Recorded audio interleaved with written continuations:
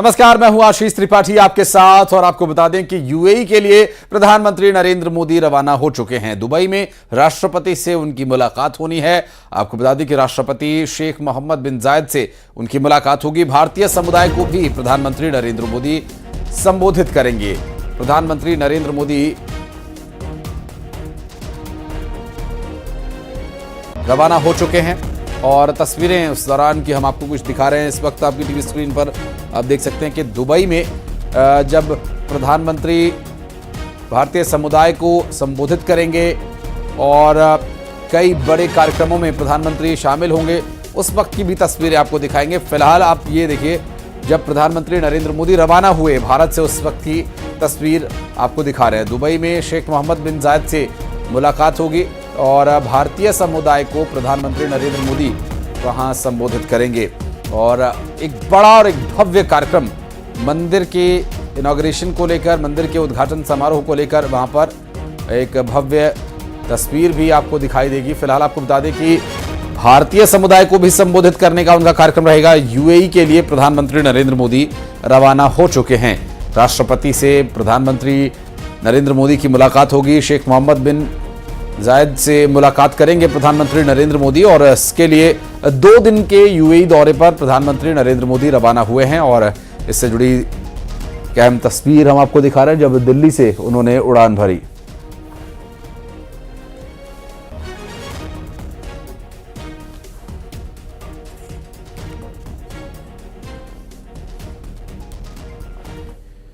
और प्रधानमंत्री नरेंद्र मोदी ने social media micro blogging site x पर एक पोस्ट किया। उन्होंने लिखा कि हमें अपने प्रवासी भारतीयों और दुनिया के साथ भारत के जुड़ाव को गहरा करने के उनके प्रयासों पर बहुत गर्व है।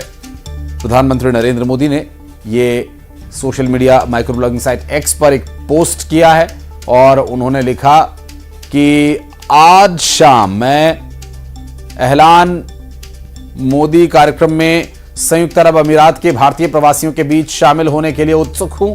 इस यादगार अवसर पर अवश्य शामिल हूं।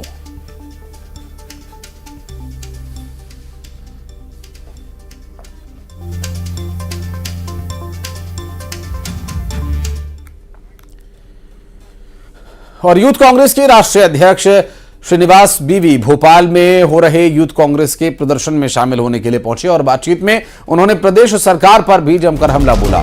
बेरोजगारी, महंगाई, भ्रष्टाचार, आदिवासियों पर अत्याचार का आरोप लगाते हुए उन्होंने कहा कांग्रेस जनता की आवाज उठाएगी। वहीं उन्होंने विधानसभा चुनाव की तरह ही लोकसभा चुनाव में भी बड़े पैमाने पर युवा नेताओं को टिकट दिए जाने की बात कही है। आज जंगी प्रदर्शन है। यूथ कांग्रेस की अगुवाई में ये पूरा प्रदर्शन होगा। हरदा ब्लास्ट मामला, रोजगार के मुद्दे, महिलाओं के मुद्दे, आदिवासियों के मुद्दों को लेकर कांग्रेस का ये पूरा प्रोटेस्ट है। कांग्रेस के राष्ट्रीय अध्यक्ष वीवी श्रीनिवास भी भोपाल पहुंचे हुए हैं। सर, मध्य प्रदेश में नई सरकार, एक बार फिर से बीजेपी की सरकार बनी, लेकिन कामकाज से आप लोग संतुष्ट नहीं है। देखिए किस तरीके से जो इनका अभी तो दोबारा इनका डबल इंजन सरकार है, जो आज तक इन लोग ने जो वादा किया था ये भी पूरा फिल नहीं कर पाया सरकार ने। तो इन लोग ने रोजगार के नाम पे कितने बड़े बड़े इन लोग ने बातें की। इस चुनाव में भी आप निकाल के इन लोगों का आपने निकाल के देख सकते हैं तो किस लेवल पे जो पटवारी का घोटाला हुआ उस पे इन लोग ने सही सबूत नहीं दे पाया। वो पूरा मध्य प्रदेश का जनता जानता है वो बीजेपी का किसका कॉलेज का कौन ऐसे बीच में आ गया, टॉप आ गया, कैसे सारे जानते हैं। मीन्स कहीं ना कहीं इन लोगों को क्या है, मध्य प्रदेश का युवा के साथ विश्वासघात करने का काम है। पेपर लीक करवाना, किसी को नौकरी देना नहीं है। उन लोगों को कैसे ही अपने स्टेट छोड़ के दूसरे स्टेट में जाके सिक्योरिटी के काम पे लगाने के लिए इन लोग ने टेंडर लेके रखा है, मेरे को लगता है।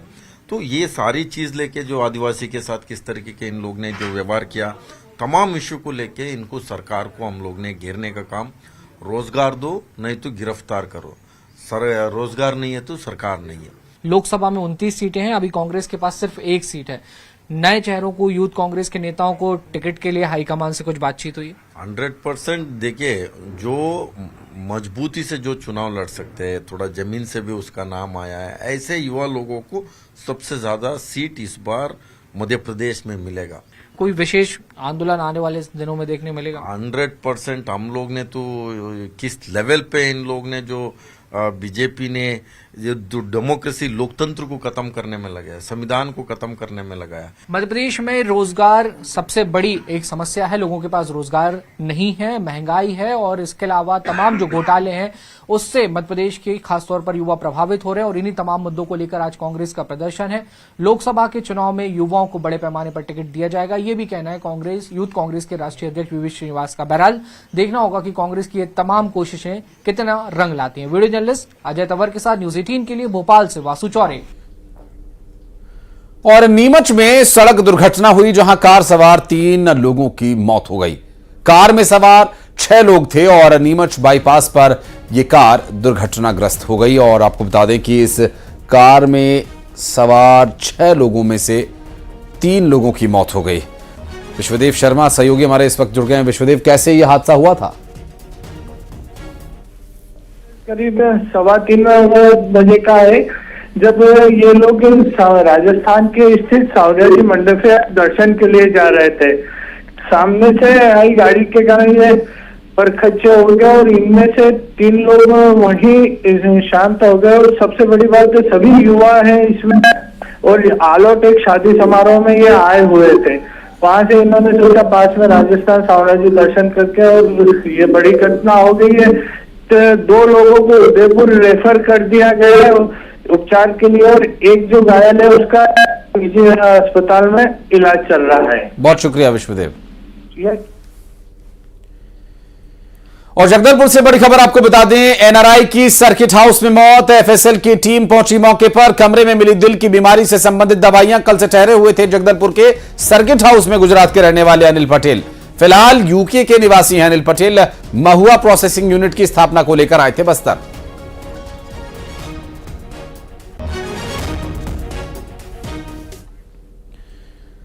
और सुकमा से एक बड़ी खबर आपको बता दें, नक्सलियों ने अगवा लोगों को रिहा कर दिया है। रविवार को 4 लोगों को नक्सलियों ने अगवा किया था और 4 को अब रिहा कर दिया गया है। पीड़ित ने अपने पिता को फोन करके इसकी जानकारी दी और कहा कि हम घर आ रहे हैं, और उसके बाद फोन कट हो गया। फिलहाल पुलिस की तरफ से भी इसकी पुष्टि की गई है। दरअसल पिता के हवाले से जो जानकारी मिली उसके अनुसार जोनागुड़ा और टिकलगुड़ा में जल जीवन मिशन के तहत काम कर रहे थे सभी, और तभी नक्सलियों ने जेसीबी सहित 4 लोगों को अगवा कर लिया था।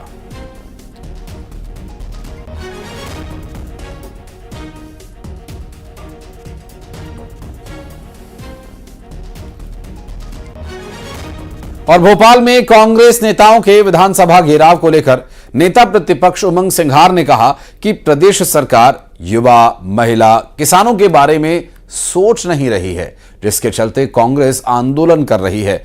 उनकी माने तो सरकार विषय से भटकाना चाह रही है और केंद्र सरकार कभी किसानों के पक्ष में नहीं रही।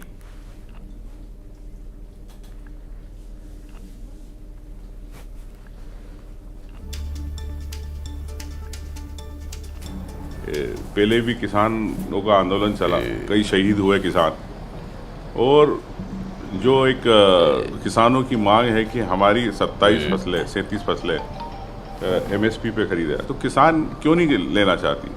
क्या बाहर से आयात करना चाहती सब गेहूं, चावल, शक्कर? क्या देश के किसानों को आप संपन्न नहीं बनाना चाहते हो? देश के किसानों को आत्मनिर्भर नहीं बनाना चाहते हो? और राज्यसभा के उम्मीदवार के नाम को लेकर जब सवाल पूछा गया तो उन्होंने कहा कि आज शाम तक नाम जारी हो जाएगा। आज शाम तक मोस्ट प्रॉब्ली हो जाएगा। कल इतिहास की बात भी चली थी सदन के अंदर। अब एक दिन तो बचा है, आज शाम तक मोस्ट प्रॉब्ली हो जाएगा। कल इतिहास की बात भी चली थी सदन के अंदर।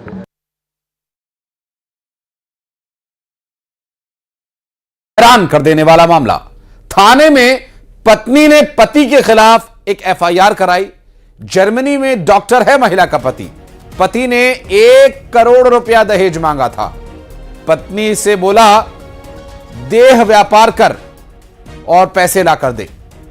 आरोपी पति पत्नी को अपनी प्रॉपर्टी बताता है और जर्मनी में डॉक्टर है ये महिला का पति। इससे जाहिर है कि पढ़ लिख लेने से व्यक्ति के दिमाग का विकास हो जाए, ये जरूरी नहीं है। उसकी मानसिकता संकीर्ण हो सकती है पढ़ने लिखने के बाद भी। ये मामला प्रदर्शित कर रहा है कुछ इसी तरह का संदेश। चूंकि इंदौर में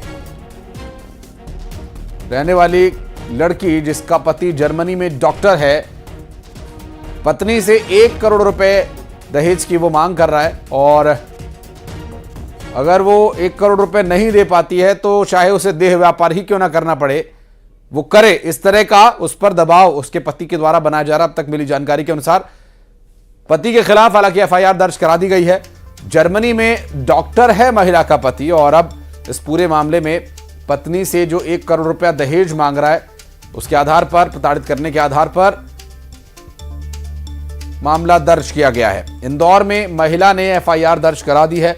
अब देखना होगा कि कार्रवाई इसमें किस तरह से की जाती है। फिलहाल पति के खिलाफ दर्ज इस मामले में एक्शन पुलिस कैसे लेती है। जर्मनी में जो महिला का पति है वो इस वक्त है, वो डॉक्टर है पेशे से। मिथिलेश गुप्ता हमारे सहयोगी इस वक्त हमारे साथ जुड़ गए, उनसे बात करेंगे। मिथिलेश, ये क्या है आखिर पूरी कहानी?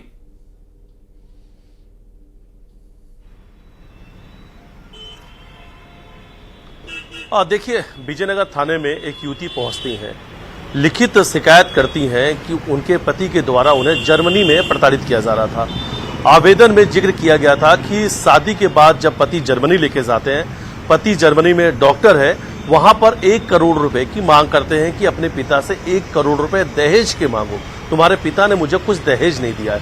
सब पत्नी मना करती है तो पत्नी को पति कहते हैं कि यह जर्मनी में जो देह व्यापार है, जो सेक्स है, वो लीगल है, और यहाँ पर तुम देह व्यापार करके पैसे कमाओ, और पैसे कमाकर मुझे दहेज के 1 करोड़ रुपए दो।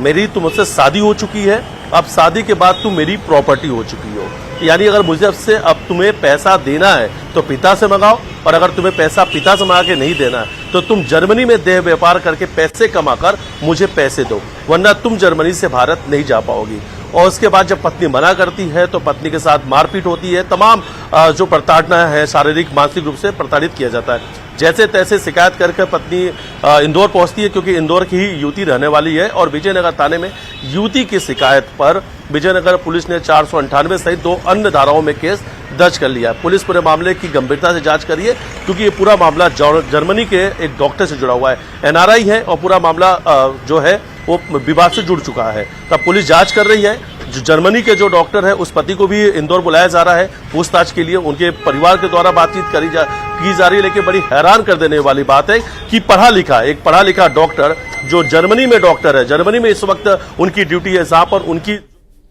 वो लाखों करोड़ों रुपए में होगा जो उनका पैकेज है, उसके बावजूद भी दहेज के लिए प्रताड़ित किया गया। और दहेज जब नहीं मिला तो अपनी ही पत्नी को देह व्यापार के गोरख धंधे में पति ही धकेलना चाह रहा था जर्मनी में। इससे जाहिर है कि पढ़ने लिखने से जरूरी नहीं है कि व्यक्ति की मानसिकता भी प्रबल हो, सुदृढ़ हो, लेकिन मिथिलेश, कार्रवाई कैसे होगी? क्या जर्मनी से उसकी गिरफ्तारी होगी? उस पर कार्रवाई के लिए जो एफआईआर हुई है उस पर आगे पुलिस कैसे कार्रवाई करेगी? इसके बारे में भी क्या कोई डिटेल मिल पाई अब तक?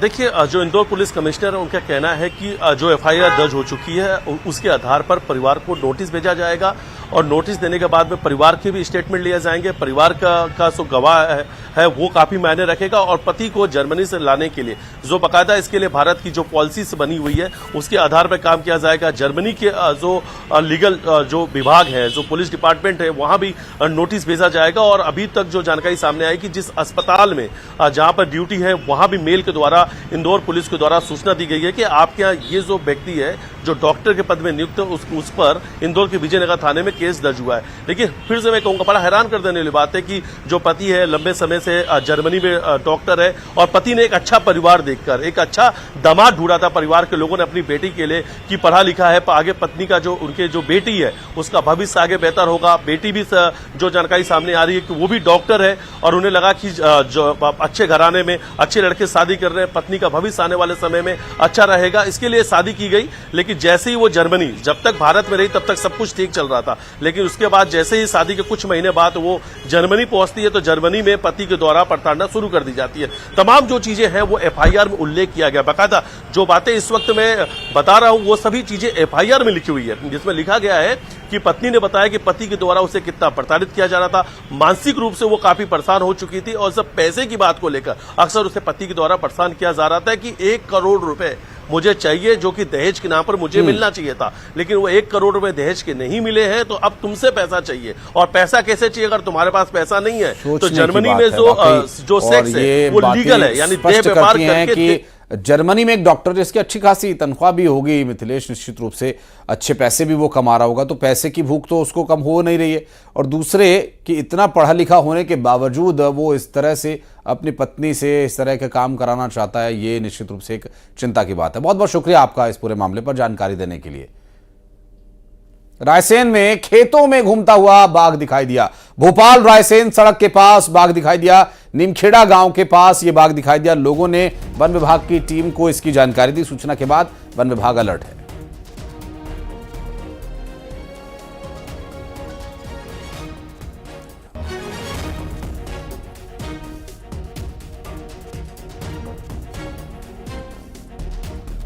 तस्वीरों में आप देख सकते बाघ भागता हुआ वो खेत से दिखाई दिया है और यहाँ पर रिहायशी इलाका है और नीमखेड़ा का ये इलाका है जहाँ रायसेन में खेत में बाघ चहलकदमी करता हुआ दिखाई दे रहा है और ये स्थानीय लोगों के लिए खतरनाक साबित हो सकता है।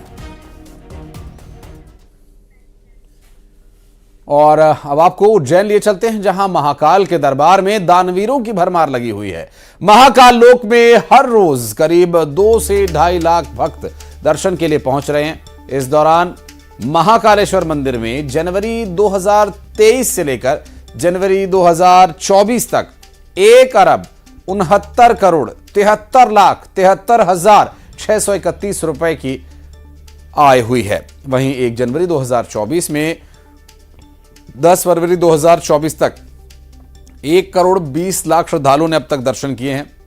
भगवान महाकाल के दर पर पहुंचे इन श्रद्धालुओं ने दिल खोलकर दान भी दिया है। और यहां अगर आंकड़ों की बात करें तो महाकाल मंदिर प्रशासन ने जो आंकड़े जारी किए हैं वो बताते हैं कि 12 ज्योतिर्लिंगों में से एक महाकालेश्वर मंदिर में लोग लगातार आ रहे हैं और मंदिर के प्रति लोगों की आस्था बढ़ी है।